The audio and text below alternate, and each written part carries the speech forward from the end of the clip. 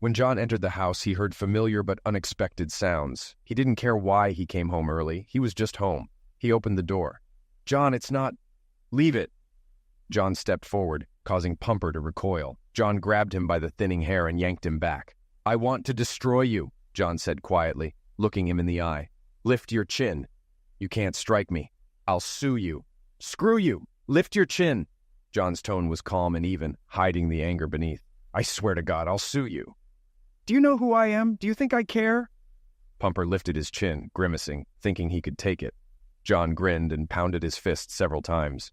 "Oh my God, John, what did you do?" "Brett, I have a lot of questions for you, but not now. I need to leave before I do to you what I did to him. Just remember, screw you." His voice was soft and threatening. John didn't yell when angry. He spoke softly, making people strain to hear him. "John, do you even know who he is?"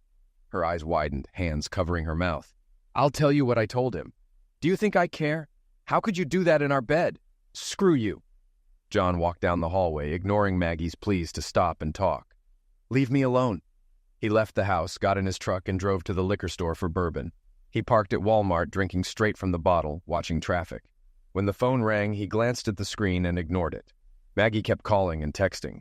Finally, he answered, "Hello? John, where are you? Come home so we can talk. We need to get past this." "It's over." "You mean Brett?" "No, he woke up mad, threatened you, and left." "That's good to hear. Did you enjoy him again?" "No." "Never mind, I don't care." "John, how could you ask me that?" "I can't imagine asking that to the strumpet I married. Don't call again." "John, where are you?" He hung up and returned to his bourbon. The next morning, he felt the pain of sleeping in his truck. He needed coffee and a bathroom. It was 7:30 a.m. He bought jeans and a shirt at Walmart, then changed in the truck. At the office, he found 37 messages, 20 emails, and 3 missed calls, all from Maggie. Bob entered his office waving a hand. "What the hell is this? Are you drinking it or bathing in it? Smells like Maker's Mark 2019. Such a good year." John smiled. "Bad day yesterday. Worst night." He hung his head. "Crap. What's up, buddy? Maggie unhappy? If you show up smelling like that, she'll be more pissed." "Screw Maggie." John looked at Bob. "You never did that, right?" "You're kidding? I did, right before you tore my head off." "What's the matter? I got back early. She was in my bed. "Oh, crap. Are you sure?" I stood in the doorway, took a look. He showed his abraded hand. "Strike the crap out of him." "Oh, crap." "Someone from the law firm." He wasn't answering questions when I left. Softly, Bob asked, "Did you destroy him?" "No, he's coming after me, that bald prick." "It would have been better if you did. A crime of passion. Now it's premeditated. You're screwed." "I know, I loved her." "Why?" His voice was anguished. "I gave her everything. Loved her more than I thought possible." "Why?" A tear rolled down his cheek. "Have you asked her?" "No, I don't want to talk to her." "You'll never get answers if you don't." "I know. I don't want to know. Screw this. I need to disappear." "You're leaving? We worked so hard on this place, since we graduated. Don't give up. I can't afford to buy you out." "We'll figure something out. I'm getting on a boat this afternoon. I'll call you when I get there." "John, wait. Where are you going?" "I won't know until I get there." "I'll call you. Keep paying my salary. If it gets unfair, call me and we'll work it out. I'll keep working on the design from the boat. When I'm settled, I'll send my new bank account info for direct deposit." John gathered what he needed and headed back to his truck. He stopped by the bank to set up a new account and grabbed a starter checkbook before dropping a note to Bob and driving to the marina. The dock was buzzing as he reached his 33-foot Grady White yacht. It was 11.5 feet wide with a small but spacious cabin and an upgraded 560-gallon fuel tank. The 2 Yamaha 350 motors made it fast. He leaned back, staring at the GPS screens, calculating distance, fuel consumption, and provisions.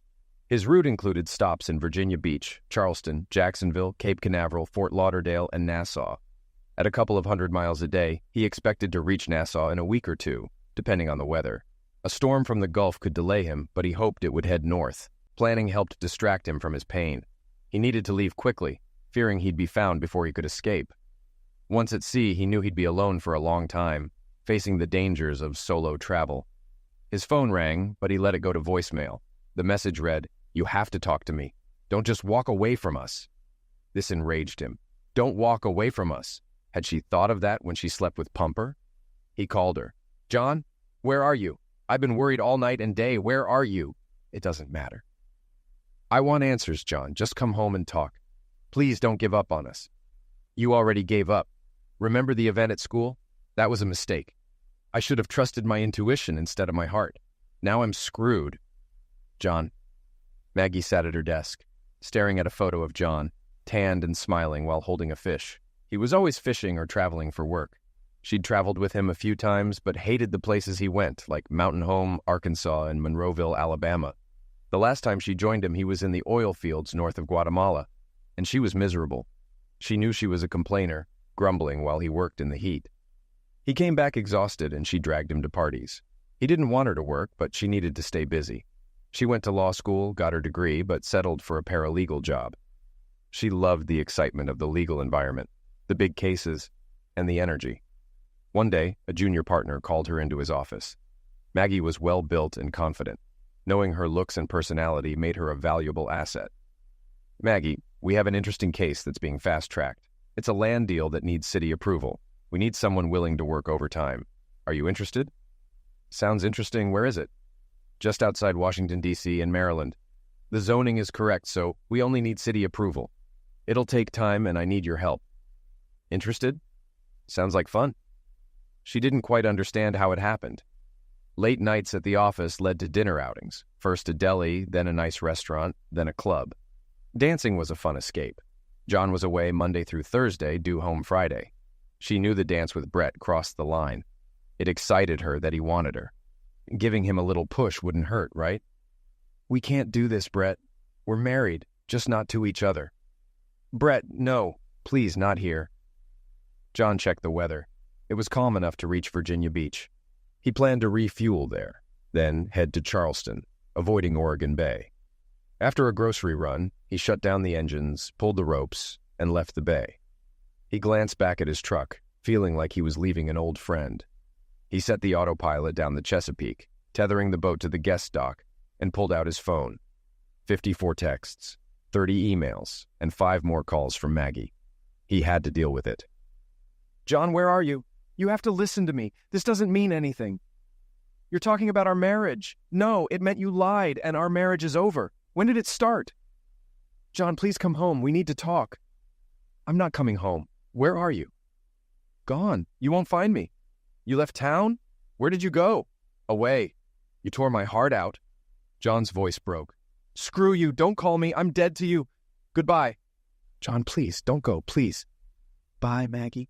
Have a happy life. Brett, let's go. John's gone, and Barb's not expecting me. Maggie was shocked, but followed Brett to his car. During the ride home, she checked her phone, feeling fear and anxiety. She doubted again, getting angry. Why was he always on the road or fishing? She decided she'd do it once and forget. John would never know. She went straight to the bedroom and woke up at 11 o'clock. Brett, no, we can't do this again. Come on, Maggie, you liked it. Shut up, Brett. It won't happen again. Maggie, now that I've had you, I don't know if I can work with you without more. This could affect your job. Brett, what would it take to make this stop? I love my husband. He would destroy us if he found out. She started crying. One more time, then I'll think it over, damn you. John, what did I do wrong? Why wasn't I enough? I loved her so much. John decided to wait out a storm instead of risking rough seas. He bought a folding chair and sat watching people pass by. He couldn't stop thinking about Maggie and Brett. The memories flashed in his mind, tearing at his heart. He remembered the first time he saw her laughing in the student center, her hair catching the light, her natural smile and those ice-blue eyes. She looked at him and smiled, making him blush. He gathered his things, thinking she was out of his league, but their eyes met as he walked past. Hi. Hi. She's so cute, and he's not brilliant, but not creepy either. I hope she remembers me. I'll remember her. A few nights later, he was at the frat house door. The keg was full. Hey, I saw you at the Gull's Nest, right? He turned and saw her. Yeah, I think so. Why didn't you say hello? I did say hi, but you didn't stay and talk. Why? I didn't think you'd be interested. He blushed. You don't talk much, do you? Not really. You're making this hard. You're very direct, he said, smiling. It's an art. She flipped her hair, laughing. John fell for that laugh again and decided he'd do almost anything to hear it more. She's out of my league. I should leave now. I should go. I have a test tomorrow. Wait, what are you studying? Engineering. I have a test on thermodynamics. I don't know what that is. I like engineering because it has rules that can be creatively applied. I'm not sure what you mean. She smiled expectantly. Here's the point. If I look at you from across the room, you're at least a 9. If you're smiling, a 9.5. Laughing, a 10. I'm a 5, maybe a 6. She laughed. Don't date someone more than 1 or 2 levels above you. The lower rung will suffer. I'm just that kind of person. Come on, you don't believe that. Absolutely. I worship you, convinced you don't walk on water to keep your shoes dry. I'm obsessed with school or projects. That's just who I am. He smiled, and she found it cute, almost boyish. I'm also absent-minded and sloppy. No, you're not. I just tolerate mess well. He smiled, blocking out the party noise. You'd start smiling less and not laughing at all. Then some great guy would find you, and you'd think you deserved better. Eventually, you'd hate me, and I'd leave heartbroken. We should skip to the end to avoid the pain. You're crazy, she laughed. In my mind, we had a relationship and we parted as friends. Have a good day. Have a happy life. He whispered in her ear, Goodbye, my love, and walked away. She stood stunned, watching him disappear into the darkness. She tried to follow, but couldn't catch him. 2 days later, he was reading in the student center when she, a bubbly blonde, approached. Hi, Mindy, this is my ex. We were happily married for a while until he lost confidence and left. Hi, ex. Hi, Mindy. He doesn't even know your name since you weren't married. Well, we might as well have been. What's your name? If I'm going to pine for a lost love, I should know your name. John. Maggie. She shook John's hand with a firm grip, yet her hands were incredibly soft. They talked until it got dark, noticing Mindy had left. Thanks for the time, Maggie. Have a good weekend. I'll be looking for you, John. If you asked me out, I'd probably say yes. Maggie, your 10 against my 5 won't work. Looks aren't everything, and you're definitely above a 5. Now that I know how smart and sweet you are, a 10 doesn't fit. In my eyes, you're closer to a 10. Don't sell yourself short. You're tall, muscular, but not too much, and you have a beautiful face. Why do I scare you? She looked at him, noticing his unique brown eyes. When you laugh, my heart gets lighter. Your smile makes my knees weak. Even when you talk about boring subjects, I hang on every word. I'd do anything to make you laugh. She laughed, and he smiled thoughtfully. You don't talk about your problems and think about others. That's irresistible. I'm scared you'll break my heart someday, and it will be my fault. Did you just say you love me? Yes, I have to go now. See you later. John, wait. She called out as he crossed the room. Please don't make me beg. Just meet me for dinner tomorrow. He hesitated, then shook his head. I have a test Thursday morning. How about Thursday night? I can't Thursday, but Friday works. Sure. Meet me here at 6. She kissed him briefly and ran off. He watched her through the window, then noticed the guy next to him laughing softly. You're done, kid. She won. He leaned back in his chair. The rain wouldn't stop. Feeling cold, he went to the cabin, crawled into bed, and tears mixed with the rain on his face. He missed her terribly. He vowed never to make the same mistake again. John woke to sunlight streaming in. He made scrambled eggs and sat at the small table, remembering how much it hurt to think of Maggie. He looked at his phone and saw messages from his sons, Jimmy and Sydney. He hated that they were involved in all this. Jimmy had just graduated and was working as an intern. He called John, saying he didn't need monthly payments anymore and wanted to be independent. Sid, a scholar working on his doctorate, loved the sea like John. He joked with Sid about studying ocean engineering, knowing things rust in salt water. The thought brought the first smile to his face in days. Hey, Sid, I saw you called. Hey, Pops, where have you been? I'm on vacation, traveling, Mom's going crazy. Dad, what happened? You don't need to know, buddy. Just know I need to get away for a while. Mom wants to know where you are. If I tell you, you'll tell her. Please stay out of it. Dad, what did you do? Nothing. Just know I'm out of town and we'll be in touch soon. If you need anything, call me. Leave a message if I don't answer. Are you on a ship? Did you sail north or south? Yes, I sailed. North or south? I have to go. I'll call you. Love you, Sid. Love you too, Dad. Jimmy's call was predictable. Dad, where are you? What have you done? Mom is hysterical. She's been calling me every hour. What have you done? I haven't done anything. Go home. You're acting like a child. Jim, don't take sides until you know the whole story. I'm going away for a while. I'll call you sometimes. If you can't tell me what you did, stay out of it. Jimmy's tone brought John out of his thoughts, anger surfacing. I'll say it again, Jimmy. Don't take sides until you understand. Then decide. Mom thinks you have a girlfriend. I'm traveling for work. She can have the clothes, the house, the car. No girlfriend, never. Don't do this, Jimmy. Don't call me Jimmy. My name is Jim. You're acting like Jimmy.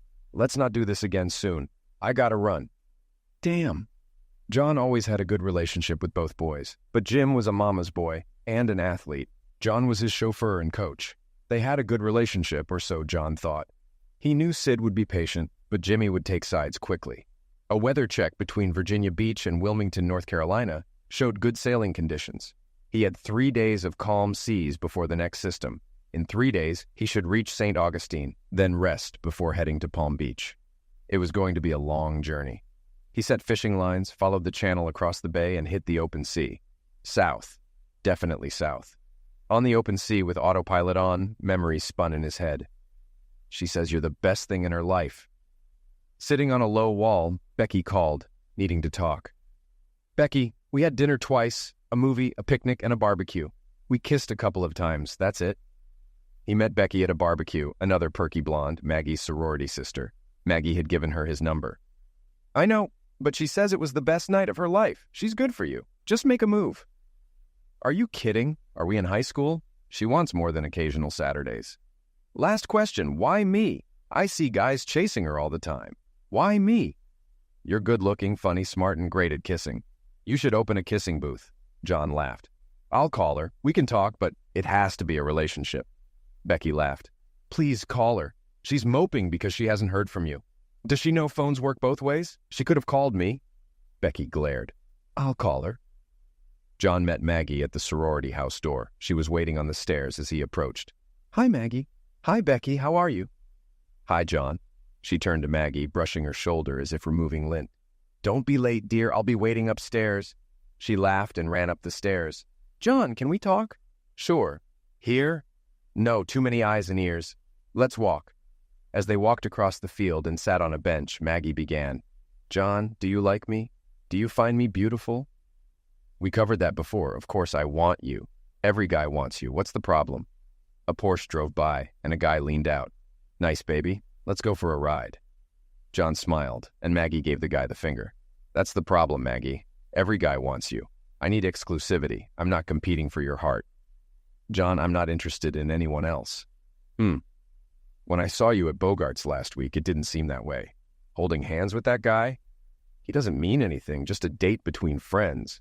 Why didn't you tell me? I need exclusivity. I can do that. What about when I have to travel for work? Will you wait for me? John, you're the only one I want. I'll break up with the other guys. They're just friends. Maggie, I need trust. Once it's gone forever. John, I promise I'll never lose your trust. So we're officially in a relationship? John blushed, which Maggie found sweet. Yes, John, thank you. They walked around campus for hours, ate lunch at the student center. When they crossed the road, Maggie twisted her ankle and would have fallen if John hadn't caught her. Crap, that hurts. John gently removed her tennis shoe. It's not swollen. Can you put weight on it? Let's get you to the ER. John carried her to the ER, and after a mild sprain diagnosis, they walked out. John carried her to his apartment, placing her on the bed. As he navigated the waves, he thought about Maggie, tears in his eyes. After refueling, he parked for the night, got a folding chair, and sat on the deck with a bottle of whiskey. John was too hungover to sail the next day, so he stayed on the yacht. His phone vibrated until it almost fell off the table. Finally, he answered. Hello? John? Where are you? Why don't you want to come home and talk? It's not my home anymore. I'm not coming back. John, please don't do this. Please, it's not. Don't say it didn't mean anything. It was just one time. I hate being a cliche. Just one question. Why? John, please. I love you. Can we forget about this? Maggie, remember when we started dating? You said you were breaking up with Tim, but it didn't look that way. This is worse. You broke my trust. Answer my question. Why? John, it was a mistake. That's the first true thing you've said. It ended our relationship, our marriage, and our happy home. Remember? John's anger grew along with the discomfort in his stomach. Haven't I always given you everything? A house, car, clothes, jewelry. I thought our life was good. You never complained, and now it wasn't enough? He heard sobs through the phone. It's not you, John, it's me.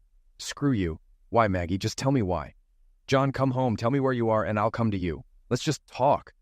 No, I need to know why. I don't know, John. It just happened. If we can't figure out why, how can we avoid it in the future? I'm done. Goodbye, Maggie. Please understand this is the end. No, John. He pressed the end button. Those early days of their relationship flashed back. He should have seen it coming. She'd promised to break up with others, but how many had there been? The memories played like a movie, her laughing with Tim, holding his hand. John stepped out of the shadows. Hi, Maggie. Her face told him everything. They'd promised exclusivity, but this wasn't it. John, this is Tim. Nice to meet you. Tim extended his hand, but John didn't reciprocate. Sure. It was good to see you, Maggie. John turned and walked away, wanting to punch something, but couldn't. John, wait. Sorry, I don't have time. Maggie was torn, planning to break up with Tim, but hadn't yet. Tim looked confused as John walked away. Who was that? Tim asked, uncertainty on his face. That was John. I wanted to talk to you about him. What do you mean? He's my boyfriend. Then why are you here with me? I wanted to tell you face to face, maybe over dinner. I don't blame him for being mad. Bye, Maggie. Tim, wait. John went to the library but couldn't focus. He gave up and went home. Hey, you're here. That girl you were talking about keeps calling every 20 minutes. The phone rang. I don't want to talk. What should I tell her? Tell her I'm not here and to stop bothering you. What did she do? Run over your dog? Hello? Ray answered. No, he's not here. I don't know where he is. He's not here. Ray hung up and smiled at John. Let's go get a drink. I'll buy the first 3 rounds. Ray pulled John into bed late at night after listening to him talk about Maggie. Once John got drunk enough, he started sharing everything about how he met her, their dates, and his feelings. Ray was relieved when John finally calmed down. A good drinking session couldn't cure everything, but it helped. John left campus after his exam and spent the week at home with his parents. His dad had gotten him into yachting with their 32-foot Nicholson yacht. John loved the sea, the wildlife, and cruising after dark with dolphins chasing the boat. He loved the night sky near the shore, where stars were so bright. He regretted not sharing this with Maggie. Maggie was waiting for him when they docked. How did you find me? I didn't want you to. I looked for you. When Ray said you were gone, I saw an envelope addressed to you. I went to your house and spent the day with your mom. I told her what happened. She said you'd be back today. I was afraid I missed you. She warned me not to expect a warm welcome. Said you don't open up often, but knew something was wrong. It's not like you to drop out of school. She was right. I don't want you here. Why not, John? I told you I was ending things. I said it would take time. Did you sleep with him? Why are you asking that? No, I didn't sleep with him. Not this time. You know I'm not a maid. We agreed to be exclusive, and I've kept that promise. Tim didn't get that. He left me in the restroom. I never saw him again. John, he's gone. You're all I need, please. He was about to leave. Seeing you with him hit me hard. I'm not competing for you, Maggie. It's either right or wrong. If you love me, you won't be with anyone else. If I find out you are, it's over. I came here to show I'm serious about us being exclusive. It meant nothing. I understand how it looked, and I'm sorry. It won't happen again. Can we go back to how things were? Please don't leave. Maggie, if you were honest, I could maybe get over it. But finding out like that made it seem like you were hiding something. I won't put up with that. He shook his head, thinking if life would be better with or without her. Things had been cold between them, but Maggie kept trying, and eventually John warmed up again. Their relationship began to grow. John sipped the warm water. Why didn't I get the hint? Has she been seeing others all this time? Was our marriage a farce? He got up, prepared to head out to sea again, buying provisions.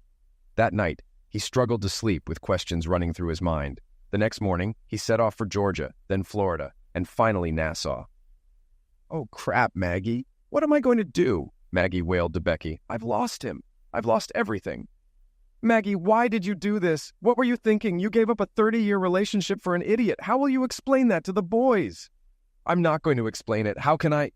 Another bout of tears. She cradled her face, tears streaming down. Have you talked to them? Not really. Since I told them he left, I keep calling to see if he's contacted them. He's only called Jimmy once, and Sid hasn't said anything. So, to them, John just left you for no reason? Do you think they won't wonder if John did something wrong? Are you willing to let them think that and do nothing? You don't deserve him. You know that, right? I was good. I just stumbled.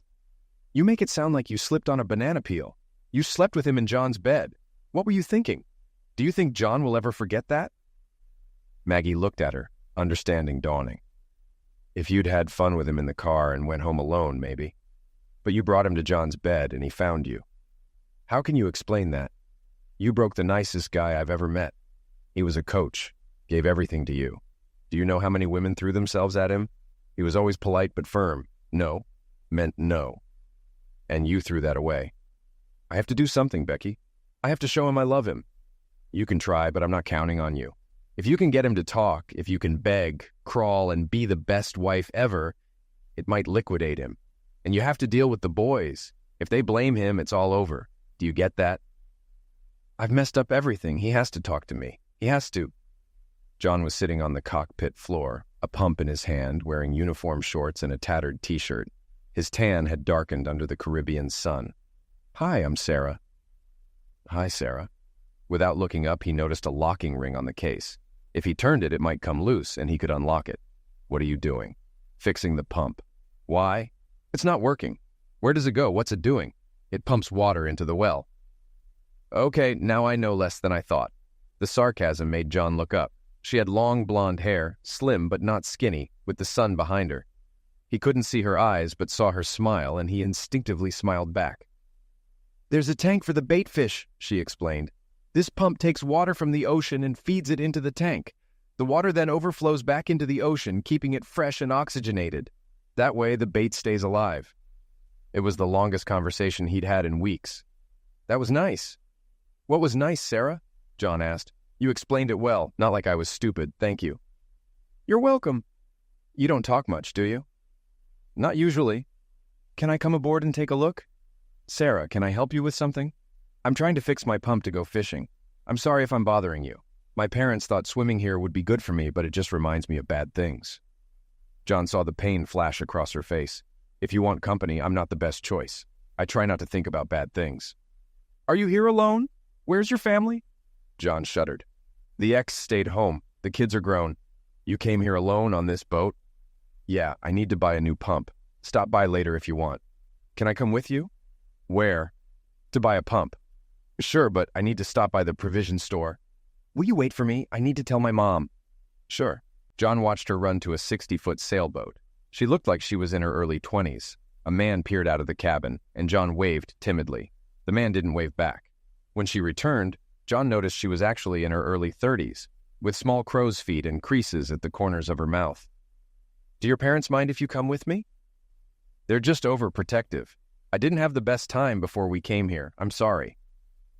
They walked in silence, the steel drum music growing louder as they approached the marina office. There was a tiki bar with a sandy floor. John asked, Would you like a drink? That would be nice. Are you sure you don't mind? No, I haven't talked to anyone in weeks. What do you need right now? A glass of white wine? John smiled. They sat at a table away from the bar. The afternoon breeze picked up, easing the summer heat. So, John, how long have you been here? What's your story? I went through a rough divorce, and my parents brought me here to get away. They rented a boat to escape our problems. She laughed, a mix of musical and sad. Her teeth were dazzling white, and her eyes a soft green. What's wrong with that? They care about you. A bad divorce, and I'm stuck on a boat with my parents who've been in love forever. It reminds me of what I'll never have. I love them, but it's hard. A tear rolled down her cheek. I'm sorry to dump this on you. I have to go. Sarah, please don't go. I understand more than you think. She can't be old enough for all this, John thought. John, I'm almost 30. It all came crashing down in 15 minutes. I left and never went back. I'm so sorry. Are you divorced now too? No, didn't go through that process. Have you talked to her? What happened? I talked to her a few times on the way here. Mostly questions from me, not many answers. It took a week and a half to get here, and I've been here almost a week. Sarah leaned back and looked at John with an expression of sadness. It was the most caring look John had seen in months. John, do you want to talk about it? Maybe someday, but not now. When are you coming home?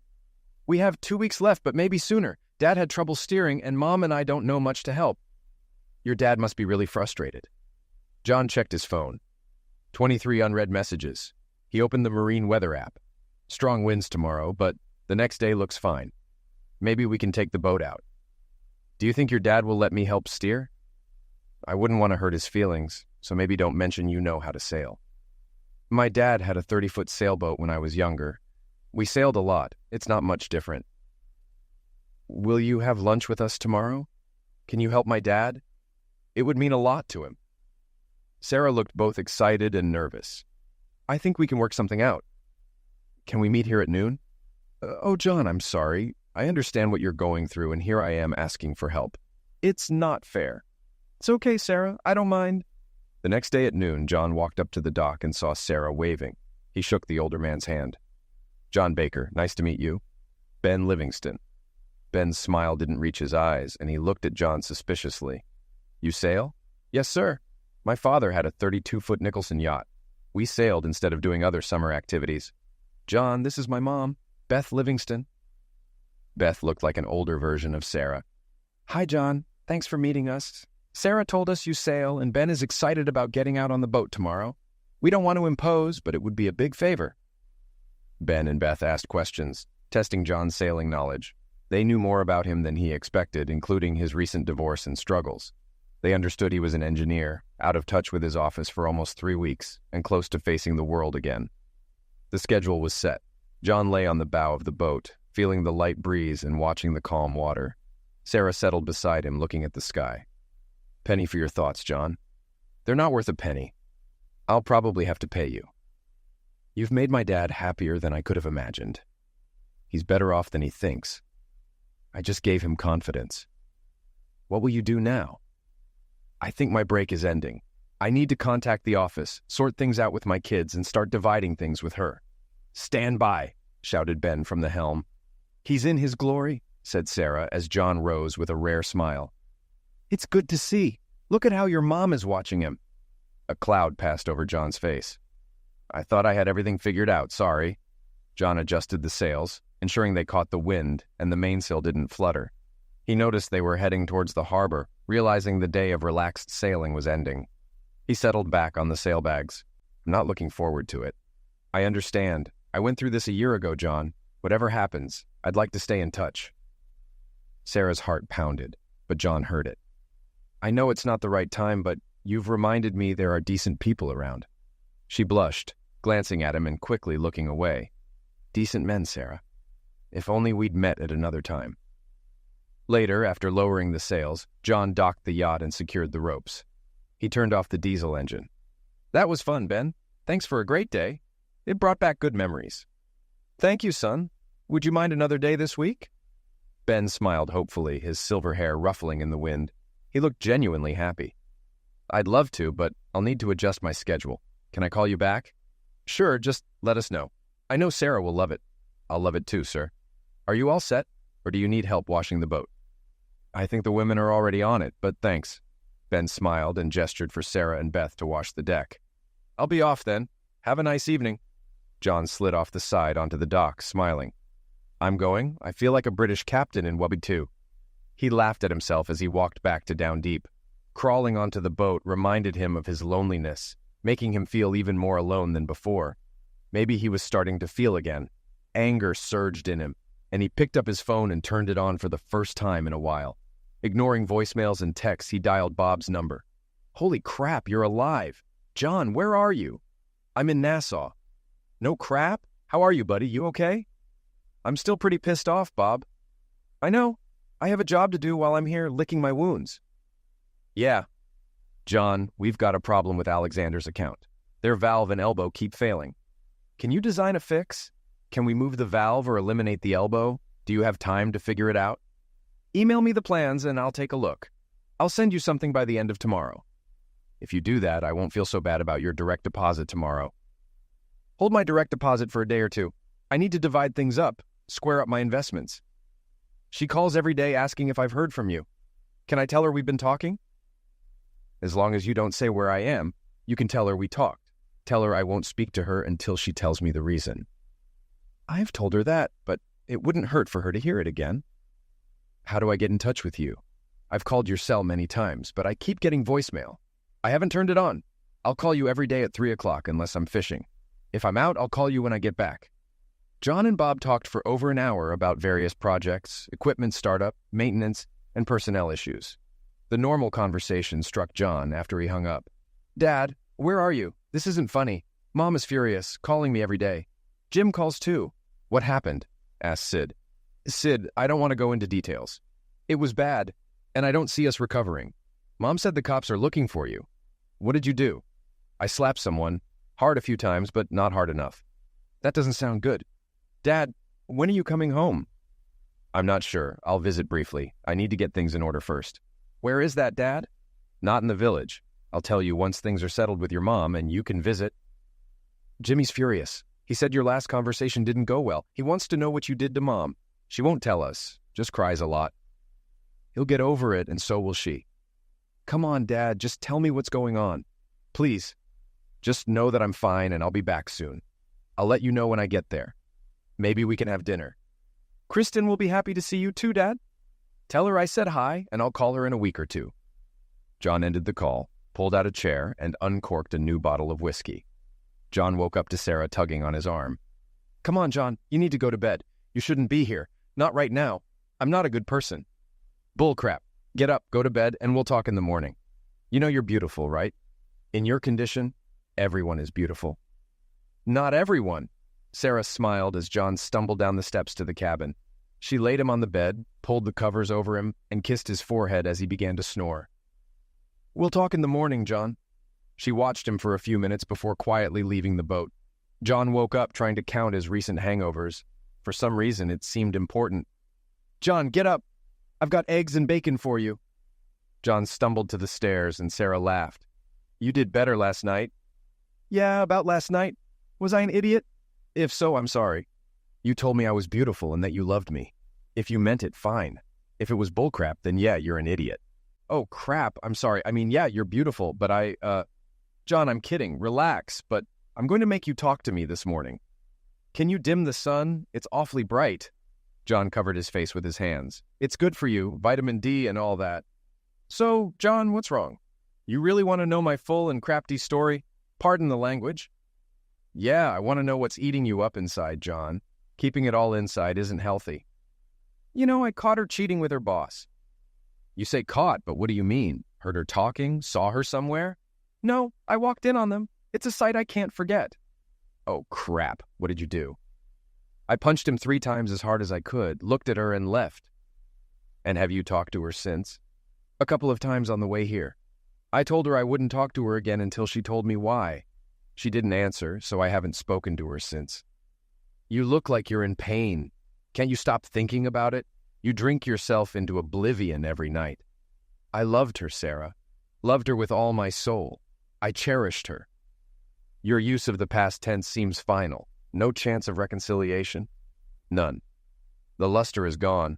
We had an issue early on, and I dealt with it. But this, I'll always remember that look. It makes me doubt myself. Am I not good enough? Bad in bed? Is he better?" Sarah laughed. "John, men worry about size more than women. For most women, it's emotional. The mind is the biggest erogenous zone.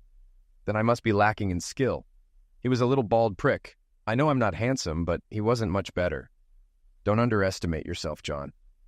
She told me that once. Didn't help much. I should have known it would happen." "Knew what? How did you know?" "I had a rule in college. Never date someone more than 2 levels above you. The one below always suffers. Here, I was the bottom feeder." "John, if she's that high above you, she must be stunning. But don't forget, she's a cheater." "Are you sure it's over?" "Absolutely. I couldn't be more sure." "I don't know what to say. I can't say anything." "John, you don't want to hear that everything will heal, that there are more fish in the sea or any other cliche. It hurts, and only time can heal it." "I'm sorry." "Thanks, Sarah."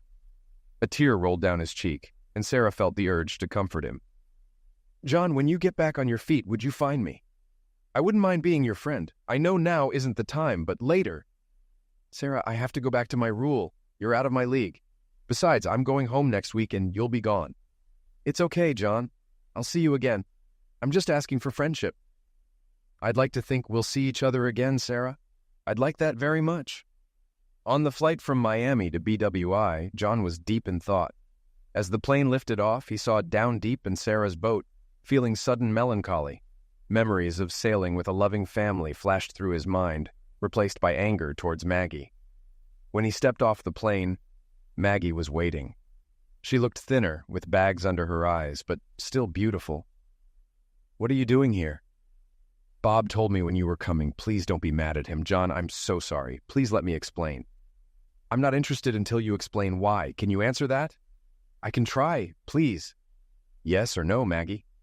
I don't know, John. I ask myself why and how I could do this. John, please, I love you. Only you. Please." She began to cry, tears streaming down her cheeks. "Too many words, Maggie. I've been traveling all day. I'm tired. I just want to check into a hotel. I'll call you before I leave, but you have to understand. Please, John, forgive me. Please. Can't we forget this? Come home."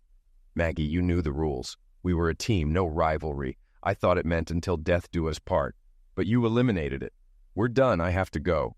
Maggie watched him walk away, get into a cab, and drive off. "John!" exclaimed Bob when John walked into the office the next morning. "Hello, Bob. It's good to see you. The clients have been asking for you. They want you to help with the launch. Can you go to St. Louis for a week or two?" "I need to see a lawyer first. I'll sort out my finances and figure out what else needs to be done." "Are you okay?" asked Bob, putting his arm around John's shoulders. "Bob, my head is clear, but emotionally I'm dead. I don't know if I'll ever get over this." John picked up a framed picture of Maggie, looked at it, and tossed it in the trash. "Everything reminds me of her. Maybe we should go our separate ways." "John, you're the heart of this place. I have a proposition for you. Once you're settled in, let's go out to lunch and talk." "I don't want to hear it, Bob. Don't try to convince me to bring that cheating strumpet back. No way. I'm not talking about her. I'm talking about work." Bob laughed as he left. "When I get divorced, I need to make sure she doesn't get a piece of the business. I have a meeting with a lawyer tomorrow. Can you handle it?" "Yes. I think I'll turn myself in at the police station. You'll fire me for misconduct, and I'll be a consultant after the divorce. Then she can only touch my consulting fees. I have to see a lawyer first." "Do you think he'll press charges?" "I hope so. We can negotiate. I'll sue for alienation of affection, moral issues, and more to convince him to drop the charges. We'll figure out the details later." "I hate this, John. We built this place together." "It's okay. Things will get back to normal. Well, a new normal. I've got to run." "John, how's it going?" Tim smiled, extending his hand. "I've been better, Tim. I need help with personal, family, criminal, and business law." "What's going on?" "A month ago, I caught Maggie with her boss." "Oh, crap. Where?" "In my bed." "Oh, crap. What did you do?" "Knocked him out and left. Went to Nassau for a month. Just got back yesterday." "Does she know you're back?" "Yeah, she met me at the airport. I want a divorce. Can you prepare the papers or tell me who can? I also need to deal with the police. I believe I'm wanted for assault." "Let me make a few calls. Can you wait outside? I think we can use this to negotiate." "You should be fired for misconduct so she can't claim your share." "I didn't take pictures, so it's my word against theirs. Not sure if infidelity charges will stick." "Okay, let's get Mary and George involved." "I don't know how I'll afford it, though. What's your fee, John?" "Don't worry about it now. We'll sort it out. It's all uncertainty." Charges hadn't been filed, but being arraigned was humiliating. John appeared before the judge via video link with George next to him. "Mr. Baker, it says here you assaulted Mr. Brett Gunaris, striking him several times. How do you plead?" "Guilty, but I didn't punch him in the head, just in the face. 3 times. "Do you admit to striking him? Are there extenuating circumstances?" "Yes, Your Honor," replied George. "Please explain, Mr. Baker. I don't mean to be disrespectful, but they were in the middle of—" "In flagrante delicto, Your Honor," George interrupted. "Thank you, George. Yes, Your Honor. They were doing it in my bed, in my house." A hint of a smile appeared on the judge's face. "And you decided to punch him?" "Yes, Your Honor. My arm was hurting, so I didn't think a 4th punch was warranted. The state appreciates your restraint, Mr. Baker. You'll be in my courtroom in 2 weeks. Is that satisfactory, Mr. Hands?" "Yes, Your Honor," replied George. "Mr. Baker, you've got the wrong guy. Mr. Gunaris is campaigning for state's attorney and is very unhappy about the costs of his emergency care and dental work due to the damage you caused. If he's unhappy, so is the district attorney. Be prepared." She smiled at John. "Thanks, Your Honor. We'll be ready," George answered for him. "Oh, and Mr. Baker, please don't punch anyone else." "Yes, Your Honor." "You are released on your own recognizance. Don't leave the state, Mr. Hands. You're responsible for ensuring your client is in court at the appointed time. You are free to go." "Yes, Your Honor, he'll be there." As George and John left, George muttered, "My God." She smiled. I've never seen her smile before. She seemed nice to me, George. She's never been called nice, more like hung Harriet. That'll be interesting. The next day, John received termination papers by courier stating that the partnership was dissolved on moral grounds due to his arrest and pending sentencing. He took the letter to Tim's office and tossed it away. Now there was nothing left to do but wait. The yacht was still in Nassau. He couldn't leave the state and was unemployed. He drove to the bay in a rented car, sat on the shore, and watched the water until it was too dark to see. The next day, at 11 a.m., as he sat in his hotel room, the phone rang. Hello? John? John, please don't do this. Maggie, I told you I won't talk to you again until you give me a reason. I didn't mean for this to happen, it just did. We were working, had a drink, went dancing, and then it just happened. Maggie, do you know how much this hurts? You ripped my heart out. I thought we'd grow old together, play with our grandchildren. Now it's all gone. John slammed his hand on the table. John, please let me explain. Let me show you I love you. Please meet me. Explain, one try. Then you sign the papers and we move on. I'll have a lot of free time soon, probably in jail. Oh my God. John, how did you get fired? You were partners. Moral clause. If either of us is accused of a crime, the company goes to the other. I have a court date next week. I won't let him do it, John. I won't. You don't have a choice. Are you still working with him? Please meet me. Let me show you I love you. Her evasiveness didn't go unnoticed. It's too late. I just want to settle my affairs and leave. Please, just lunch? We can talk in a public place. Okay, tomorrow at Deluige in Little Italy, noon. Okay, John, thank you. I love you. Don't say that. And don't call me that ever again. You've lost that right. Okay, John, I'm sorry. He was sitting against the wall when she came in. She looked as beautiful as she did in college, though with a few extra pounds and red eyes. Maggie! He didn't stand up as she approached. No hugs? She asked with a strained smile. No. John, you're so cold. We've spent 30 years together. You had fun with another man in my bed? How many times? How long? It was only once, John. Do you expect me to believe that? I don't. It was a mistake. It just happened. You make it sound like you slipped on a banana peel. You don't have to be rude, John. Isn't that what Becky said? John, I'm so sorry. I can't believe you've lost your company. Are you going to fight it? No. It's in the contract, just like the morals clause in your job.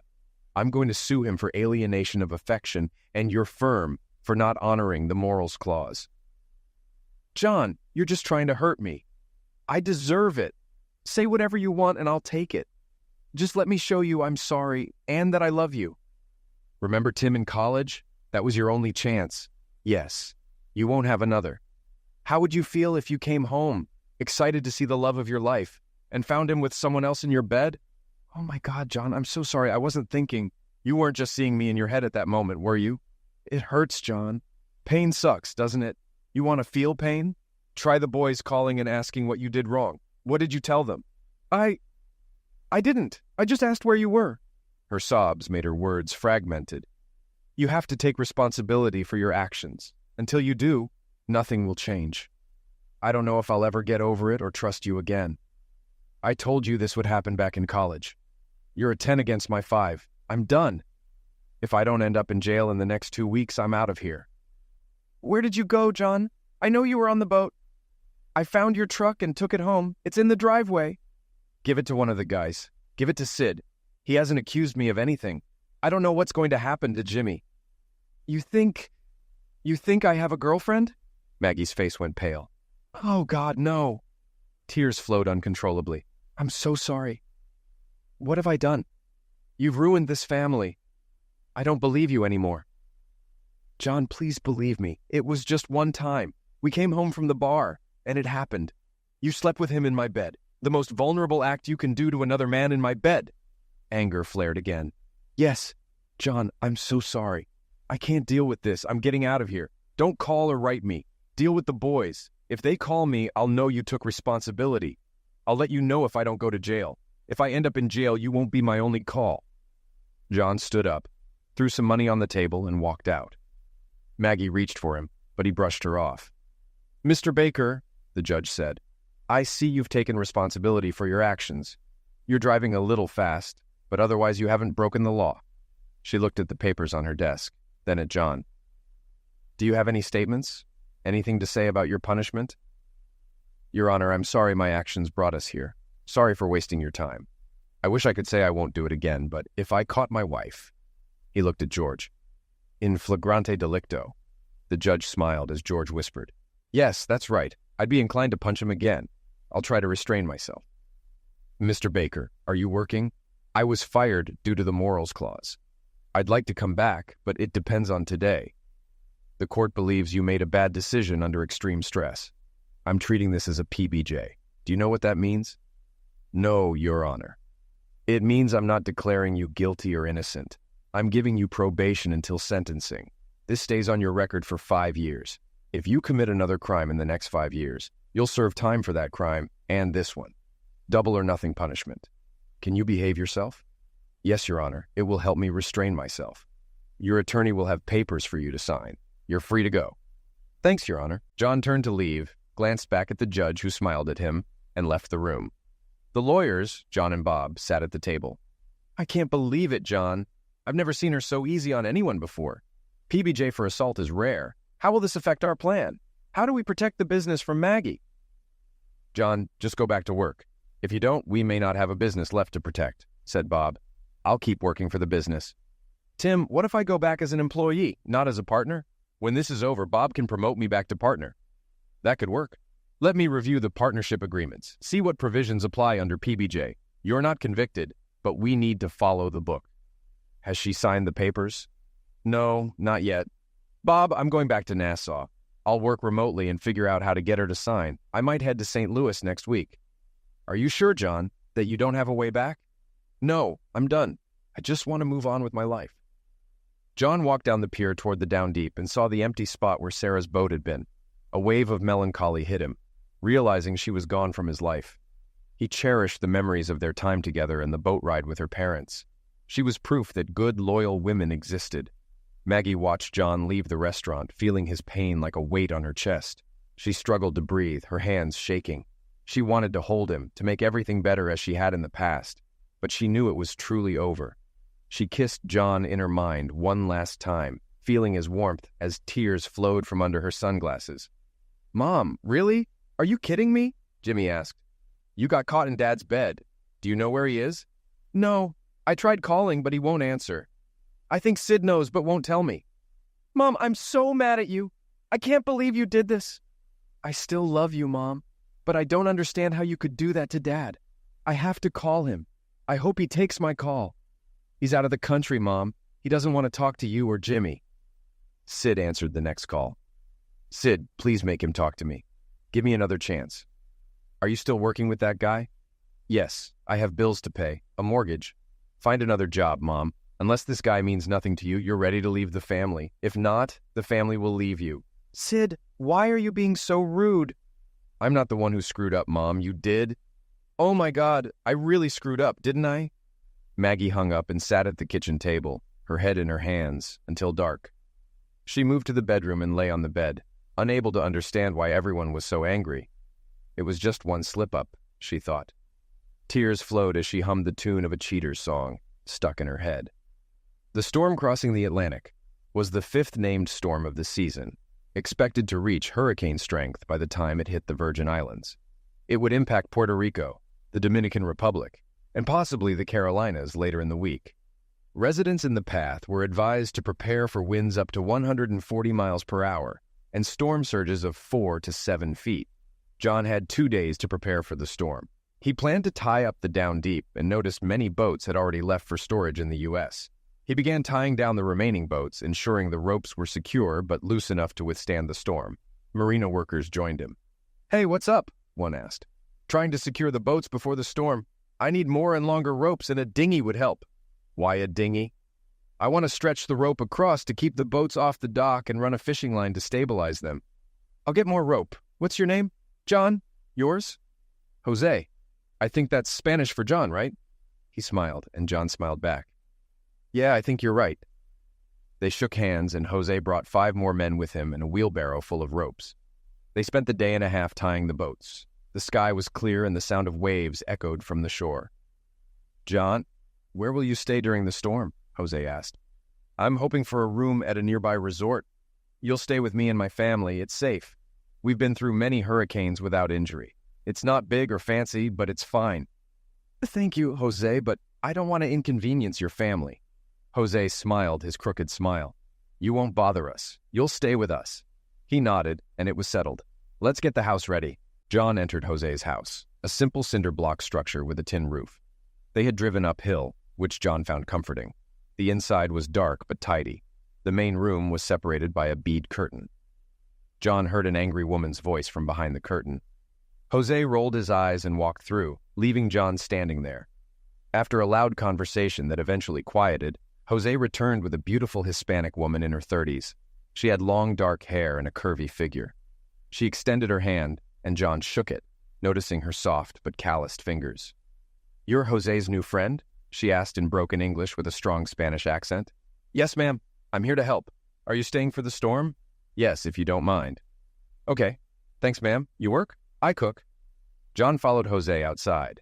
They secured the windows with pieces of corrugated tin, and neighbors joined in to help. They moved from house to house as the sky darkened and storm clouds gathered. John was too busy to call his boys or worry about the down deep. He focused on giving the boats the best chance to survive the storm.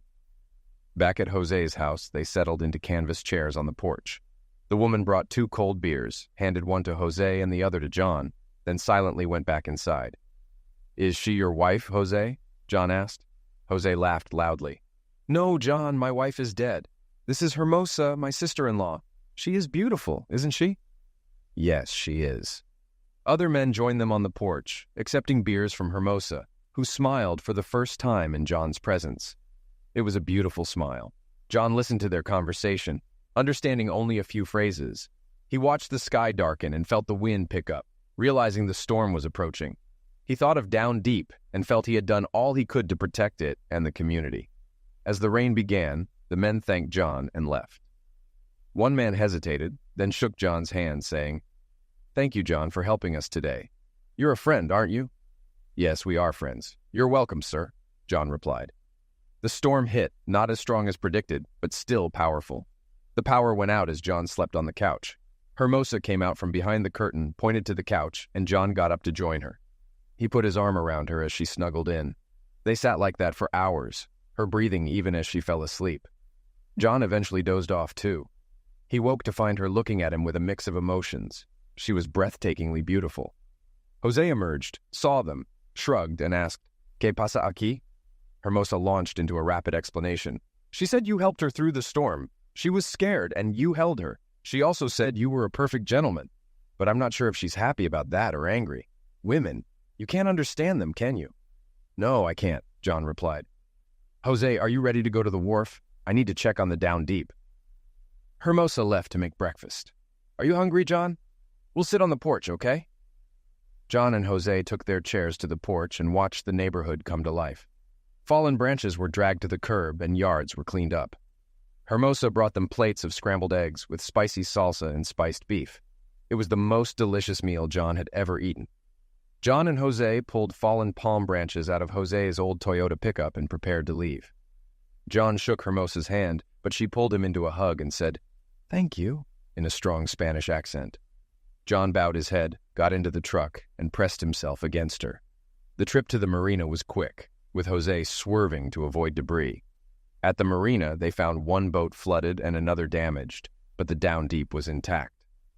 Jose's crew arrived and got to work. Jose thanked John for his help, relieved they had weathered the storm better than expected. Jose, what about the sunken boat? Are you helping? John asked. Of course. Let's see what we can do. They found the needed equipment in the shed.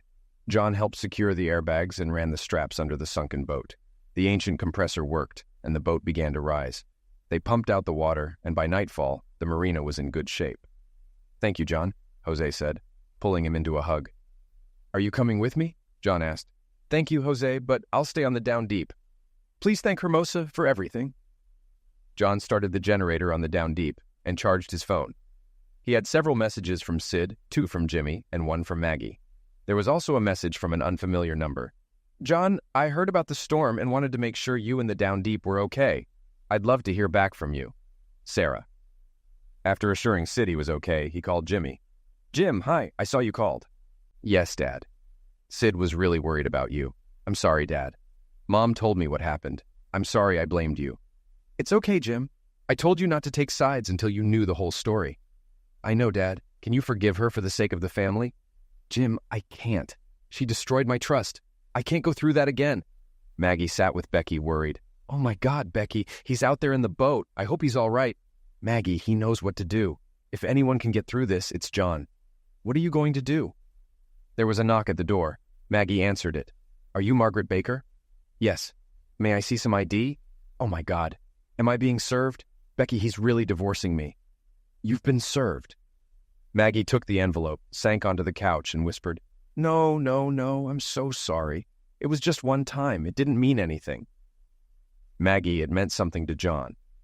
2 days after the storm, John was on the deck fixing the pump. What are you doing? Asked Sarah, standing there in a pink and white striped shirt. Sarah, what are you doing here? He walked to the side of the boat. I heard about the storm. I wrote you but didn't get a reply. May I come aboard? Let me get a chair. Where are you staying? I'm glad to see you. I don't know where to stay yet. The hotels aren't all open. I came straight from the airport. I'm sorry, John. That was stupid. What do you mean, stupid? I thought I'd never see you again. I couldn't bear the thought of you needing help. I'm sorry, John. I shouldn't have come. Sarah, the time we spent together was special. You're an amazing woman. Let's figure something out. Jose will help us. It's okay, John. A tear rolled down her cheek. I'm going back to the airport. Let's talk to Jose first. Hold on. John leaned over, kissed the top of her head, and went to find Jose. The next week, John and Sarah fished, sailed, relaxed on the beach, and spent time getting to know each other. When John left for St. Louis, they flew to the mainland together. Over the following months, they talked on the phone often. John rented a house on the island and set up an office. He arranged with Bob to return to the office for a few days each month, travel directly to clients from Nassau, and do his design work online. Bob promoted John to shareholder, and they opened an office with 5 engineers and support staff, working on island projects. Maggie agreed to the divorce terms. She kept the house, and they split the liquid assets equally. Maggie sued the law firm for maltreatment, resulting in Pumper being fired. He struggled to find work, and eventually left the area. His claim against John was dismissed, and John received a settlement from the firm, which he set aside for future grandchildren. Sarah and Maggie met one sunny afternoon when Sid and Kristen, along with Jim and Courtney, visited. John sat on the porch of his rented bungalow, rocking his first grandchild in a sturdy chair. Maggie watched from the foot of the porch stairs. John, I thought we were going to do this together. I'm so sorry. It really didn't mean anything to me.